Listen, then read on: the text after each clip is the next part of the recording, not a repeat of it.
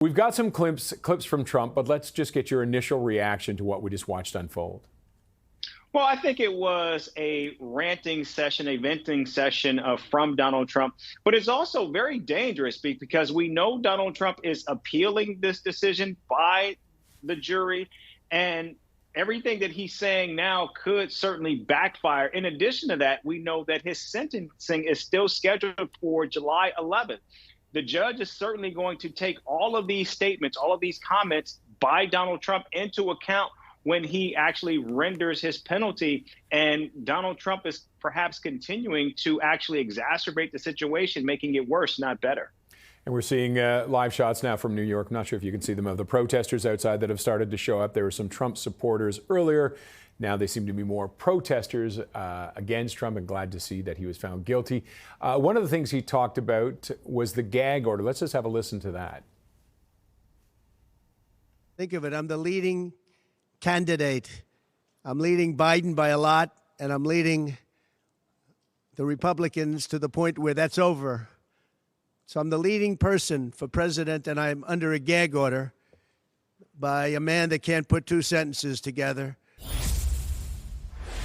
He really went off. Your thoughts on that? You know, this is something that Donald Trump has been excoriating the judge and the courts for throughout this process, this gag order. And the gag order, and the judge has said this over and over, the gag order does not exclude you from campaigning. It does not exclude him from actually being able to engage in politics. However, he cannot engage in conversations surrounding the case so as not to impact or affect the jury that was overseeing his case and judging him on these incidents.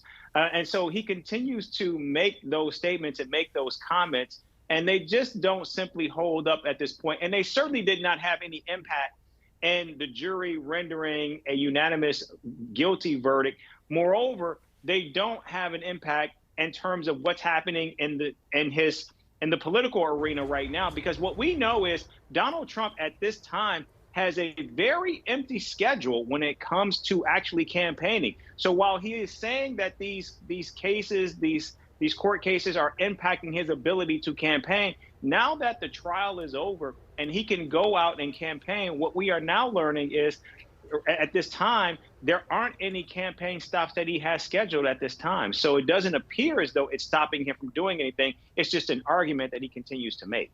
Now, is that on purpose that he doesn't have any because of the trial he was waiting, or is it there's just nobody interested in hearing from him? I think it was a combination of the trial was ongoing and they did not know when, in fact, the jury would actually make a decision. But also, to what we know is Donald Trump still has a money problem, which means he doesn't have enough money. And one way that Donald Trump can continue to take advantage of these continued legal entanglements is by using them to fuel his candidacy, much like he did during the primary. I think that's an issue that's going to backfire on him spectacularly in the general election, but it's certainly an option that he has available to him right now. All right, just want to play another clip for you right now talking about the fact he didn't testify. I would have testified. I wanted to testify. The theory is you never testify, because as soon as you testify, anybody, if it were George Washington, don't testify, because they'll get you on something that you said slightly wrong, and then they sue you for perjury. Okay, we couldn't see you. We couldn't see you on camera during that, but apparently somebody in this two-shot here rolled their eyes at that comment. Well, look, Donald Trump has been saying since this trial began that he was going to testify. He was going to testify. In fact, that's something that we hear from him all the time. And here's what's ironic about all of this.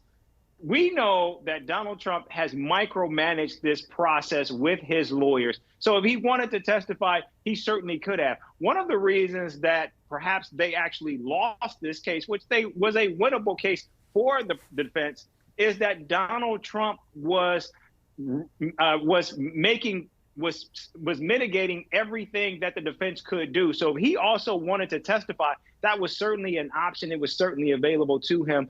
But Donald Trump, knowing who Donald Trump is, knows that would have been a death knell for him if he would have actually taken the stand. All right. Now, you mentioned his dance calendar is not very full right now, but coming up, you've got the sentencing, the Republican National Convention, and the debate. What is going to happen? What will happen through all that? Well, the debate is actually taking place in less than a month. And Donald Trump now has to go on that stage, stripped of an audience, stripped of a microphone, debating by rules laid out by his opponent. And he has to do all of this wearing the stain, the taint, the weight of being a convicted felon.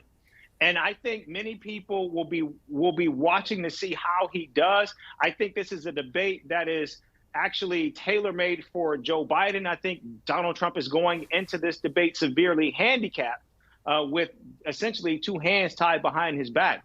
If there is a way for him to try to get out of it, I think he would certainly try to. But again, because right now he doesn't have the money to put on a national campaign, and much of the money that is coming in is being used to finance his legal cases, I think he will participate in the debate because he needs the free media. But it's not a good moment for him to do this. Could this be one of those debates where there is a knockout punch for either candidate?